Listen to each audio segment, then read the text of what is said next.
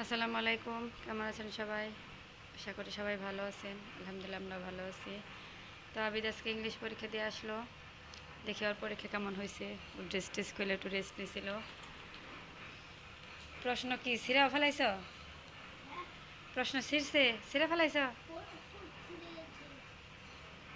এই যে দেখেন, ও না, আমার ছেলে কিন্তু নার্সারিতে পড়ে।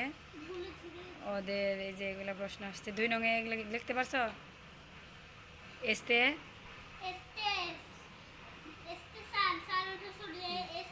আর এই যে এরিয়া রেঞ্জ এগুলো সব লেখছ? ভালো হয়েছে তাহলে পরীক্ষা। এই যে 3 নঙে অ্যানিমালসের নাম লিখতে পারছো? আর যে 4 নঙে, আর এই যে রাইট দ্য প্রোনাউন্সিয়েশন এগুলো লিখতে পারছো? যে এ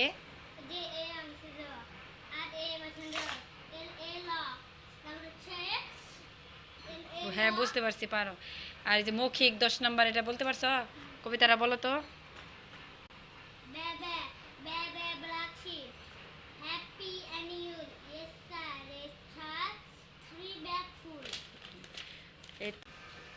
ওদের রিটেনে 90, আর এই যে ওরাল মানে মৌখিক 10। সবগুলো পারছো তো বাবা? আলহামদুলিল্লাহ। এই যে পরীক্ষা দিয়ে আসার পরে সারাদিন কি করতেছ?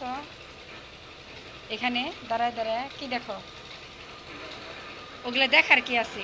ওইখানে কাজ করতেছে, তো তুমি কি দেখতেছ শুনি? কালকা পরীক্ষা আছে না? পড়তে বসতে হবো না?